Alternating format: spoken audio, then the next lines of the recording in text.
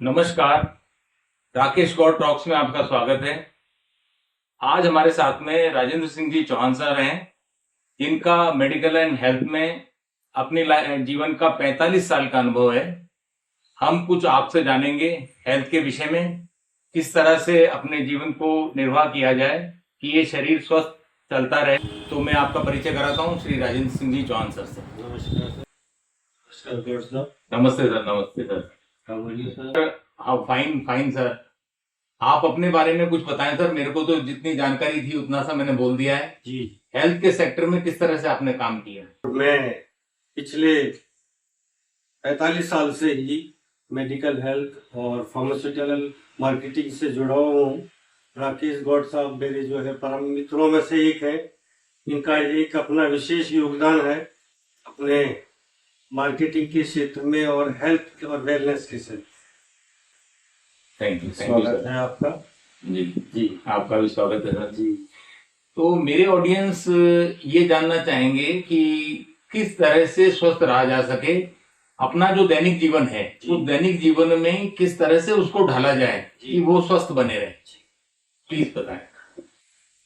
देखिए सब सबसे पहले स्वस्थ रहने के लिए ऐसी कोई डेफिनेशन प्योर नहीं है जो एक सटीक बैठती हो। तो हेल्थ क्या है, सबसे पहले तो अपन यही विचार करें कि हेल्थ क्या है जी। एक गुड हेल्थ क्या है जी। हेल्थ की डेफिनेशन क्या है जी। तो हेल्थ की डेफिनेशन जो है बुक्स में भी लिखी गई है और सब जगह देखा है कि health is without illness. Okay. What is a good health? Good health is without illness and particularly for mental health आप ले सकते हैं, फिजिकल हेल्थ ले सकते हैं और सबसे बड़ी जो आज जो है सोशल हेल्थ। यदि आपकी सोशल हेल्थ मेंटल हेल्थ तीनों अच्छी हैं तो एक गुड हेल्थ की डेफिनेशन आप दे सकते हैं। दूसरी बात यह है कि जब से अब एक मनुष्य का जन्म हुआ है, बच्चे से लेकर आखिर तक जब तक इस धरती पर है जो है सांस लेता है। यस, आप भी इस बात को महसूस करते हो? बिल्कुल सांस पे ही सारा जीवन है। प्लीज। सबसे बड़ी बात है कि अपनी सांस जो है बहुत जो है रेस्पिरेशन है वो एक मजबूत होना चाहिए, वो एक स्वस्थ होना चाहिए। यदि अपना रेस्पिरेशन श्वास मजबूत होगी तो हम बहुत अच्छे से हम जो है ऑक्सीजन ग्रहण कर पाएंगे। और जो अपन मीटरों से देखते हैं, हाथ में जो मीटर लगाते हैं एसपीओटी लेवल देखते हैं। यदि एसपीओटी लेवल आपका 92 जा रहा है, 93 जा रहा है, अबव 90 है और उससे तो आप स्वस्थ होता है। डॉक्टर कहता है कि आप घर पे बने रहो। यदि पेशेंट का यदि एसपीओ2 लेवल कई लोगों को 65 आ जाता है या 60 से कम हो जाता है, उन लोगों को तुरंत जो है हॉस्पिटल की जरूरत पड़ती है। तो हमें अपने सबसे पहले बात अपने जीवन में जो करनी है वो श्वास पे ध्यान, श्वास मजबूत करनी है। आप सभी जानते हैं, नई जानकारी कुछ नहीं है, आप लोगों को ऑलरेडी पता है सांस के बारे में। फिर भी मैं कहूंगा कि लंबी गहरी सांस लेने से हम जो है अपना जीवन ज्यादा स्वस्थ बना सकते हैं और रोग मुक्त हो सकते हैं। वो आप कैसे बना सकते हैं? आप लंबी गहरी सांस लें और आप जैसे कि आप अपने पास में अधिक पैसा इकट्ठा हो जाता है तो अपन क्या करते हैं, अपन बैंक में जाकर डिपोजिट कराते हैं। आपको भी पता होगा, आपने भी कुछ डिपोजिट तो मैं तो ये कहूंगा कि पैसा को बैंक में न जमा करके जो है आप रेस्पिरेशन बैंक, श्वास बैंक बनाएं, अपने खुद के लिए बनाएं और दूसरों को भी आग्रह करें। लंबी गहरी सांस लें और उसको रोके रखें जब तक रोके रखें और फिर धीरे धीरे जो श्वास को 1 2 3 4 5 6 करके धीरे धीरे छोड़ें। यदि आप लंबी गहरी सांस लेंगे तो आपकी बॉडी में एंटीऑक्सीडेंट का काम करेंगे ये, और आपके शरीर में जितने भी विषैले तत्व हैं, जितने भी इलीगल कहना चाहिए या मेटेलिक तत्व हैं, टॉक्सिक मटेरियल है, वो रेस्पिरेशन में सब बाहर निकल जाते हैं। तो लंबी गहरी सांस लेकर के आप लंबा जीवन भी कर सकते हैं। और ज्यादा जानकारी चाहिए तो आप गौड़ साहब से सीधे भी संपर्क कर सकते हैं। वो और भी ये प्राणायाम का भी एक यही मकसद है। हाँ, प्राणायाम का भी यही मकसद है जी। और प्राणायाम में भी यही सिखाते हैं, लंबी गहरी सांस लें आप और लंबी गहरी सांस लेके आप अपने बैंक बनाए और बैंक को जोड़ें। जब आपको अंतिम चरण में जब आपकी सांस की जरूरत होगी तो उस टैंक में से जो है श्वास निकालकर भगवान स्वयं आपकी मदद करेगा और लंबा जीवन। यानी कहने का मतलब ये है कि जो एक कहावत है कि श्वास गिनी हुई है, तो उस गिनी हुई श्वास में से कम कम खर्च करके उसको रिजर्व रखा जा सकता है और समय पे उसको काम में लिया जा सकता है और अपना जीवन एक लंबा जीवन, हेल्दी लंबा जीवन जिया जा सकता है। अभी आपने बीच में एक एंटीऑक्सीडेंट वाली बात कह दी थी, थोड़ा सा एंटीऑक्सीडेंट के बारे में दर्शकों को अगर बताएं। सर, जैसा कि अब आप देख रहे हैं कि सामान्य तौर पर कहीं भी जाते हैं, दिल्ली वगैरह में जाएंगे तो आपकी पुरानी गाड़ी को जो है अंदर एंट्री नहीं करने देते, क्योंकि पॉल्यूशन हो जाता है उससे। बिल्कुल, पॉल्यूशन बहुत फैलता है।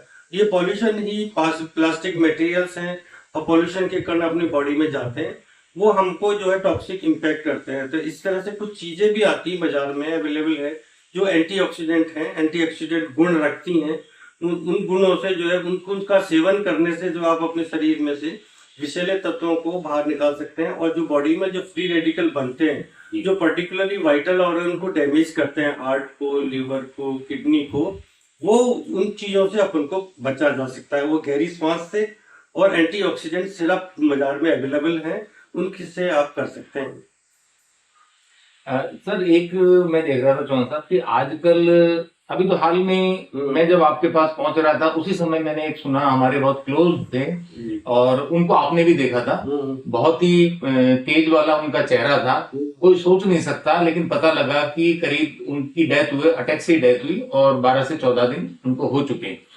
तो आजकल ये बहुत ज्यादा कॉमनली सुनने को मिल रहा है हार्ट अटैक की, तो इसके बारे में थोड़ा प्रकाश डालिए कि किस तरह से लोग अपने आप को सेफ रखें अटैक से, वो थोड़ा सा कृपया आप बताइए। बिल्कुल, आप बिल्कुल सही कह रहे हैं कि पिछले कुछ महीनों से हार्ट अटैक के कुछ ज्यादा ही केसेस आ रहे हैं।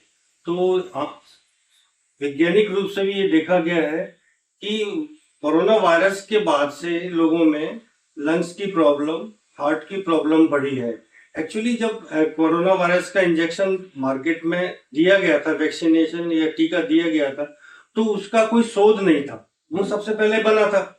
यदि उसका प्रैक्टिकल होता और उसके बाद में उसका साइड इफेक्ट आते तो उस पर रिसर्च करके बनाया होता, तो वो इमीडिएटली बनाया। मोदी जी ने कहा, और जयपुर इंडिया की कोई कंपनी थी जी जिसने इसका बनाया, बाकी विदेशों की भी कंपनियां थी, उनमें कुछ साइड इफेक्ट आ रहे थे, वहां तो एफडीए अप्रूवल जो है और जरूरी होता है, उन्होंने तुरंत भी किया, उनको कुछ कंपनियों को बैन भी किया गया, लेकिन इंडिया में इस तरह का कोई बैन नहीं किया। एक ही कंपनी ने बनाया और एक ही कंपनी ने उसको यूज किया। अब बना तो दिया, यूज कर लिया, लेकिन उसके साइड इफेक्ट अब आ रहे हैं लोगों को कि उसके वायरस जो है इतना इफेक्टिव है कि कुछ लोगों की इम्यूनिटी वीक है। इम्यूनिटी वीक होने की वजह से उन लोगों में लंग्स की प्रॉब्लम हो रही है और हार्ट की प्रॉब्लम हो रही है। अब बचाव का तो सब ऐसा है कि हार्ट प्रॉब्लम बेसिकली जो हार्ट का जो है, हार्ट में सबसे बड़ी जो रोड़ा है हिंदी में कहें तो उसका थक्का है, हृदय का जो खून का थक्का है, वो सबसे पहले जो है आपके हार्ट में अटैक करता है और आपके ब्रेन में अटैक करता है।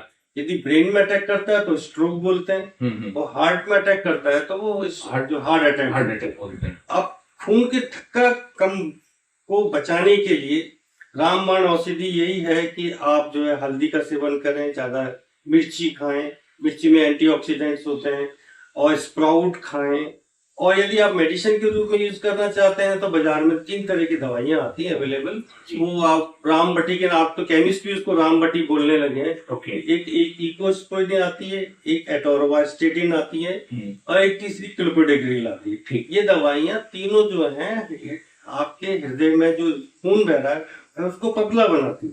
पतला बनाने से क्या होता है कि आपके ब्लड सर्कुलेशन में वो जो है आपका बीपी भी बढ़ जाए तो भी आपको स्ट्रोक नहीं बनता, वो थक्का नहीं बनता। अच्छा, वो थक्का नहीं बनता तो आपके हृदय में वो अटकता नहीं। यानी कि ये कहा जाए कि जो 3 मेडिसिन बताई आपने, आपसे मेरा निवेदन है कि उनको वापस दोहरा दें और ये एक इमरजेंसी की तरह से अपनी पॉकेट में रखी जाए हमेशा। बिल्कुल, अगर कभी ऐसा कुछ अनकंफर्ट फील हो रहा है तो उसको इमीडिएट ले ली जाए, तो सेफ हो सकते हैं। बिल्कुल। तो वो प्लीज आप एक बार वापस नाम दोहरा दें। तो जैसे आप बाजार में पहले डिस्प्रिन के नाम से जानते थे, इसी तरह से इसका एक बेटर रूप आता है इकोस्प्रिन की लोएस्ट डोज होती है 75 मिलीग्राम, वो आप एक गोली ले सकते हैं।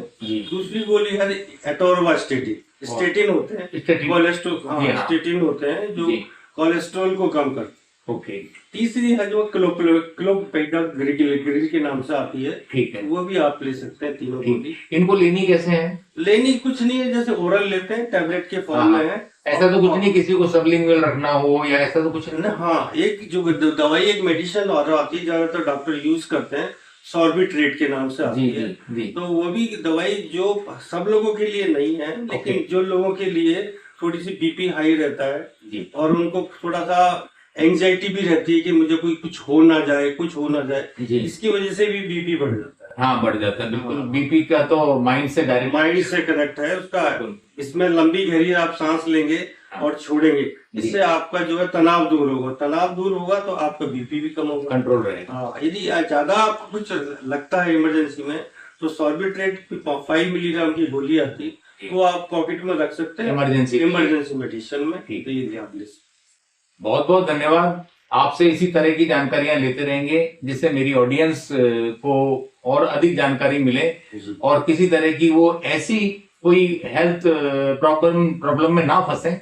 निश्चित है, कोई अगर बड़ी बात है तो वो अपने चिकित्सक से सलाह करेंगे, लेकिन अगर कुछ ऐसा ही है, कुछ अनकंफर्ट सा फील हुआ या कुछ ऐसा है कि जो घरेलू इलाज से, जैसे आपने हल्दी का और मिर्च वगैरह का बताया, ऐसा कुछ करके भी एक अपने स्वास्थ्य को अच्छा बनाया जा सकता है। बहुत बहुत धन्यवाद चौहान साहब। और मैं ये निवेदन आगे के लिए भी करना चाहूंगा, फिर आपका कभी समय लेंगे। बहुत बहुत धन्यवाद। मैं आपके सभी व्यूअर्स को भी धन्यवाद देना चाहूंगा बहुत बहुत कि आपने मुझे इस मंच पे इनवाइट किया और मुझे एक अवसर दिया आपसे मिलने का। आप अवसर ये देंगे क्योंकि मैं जानता हूं कि आपके पास में नॉलेज का खजाना है, और वो मेडिकल साइंस का, तो वो मेरे ऑडियंस को पता लगना चाहिए। बहुत बहुत आभार। हम हमेशा हाजिर रहेंगे आपकी सेवा में। धन्यवाद। बहुत बहुत आभार।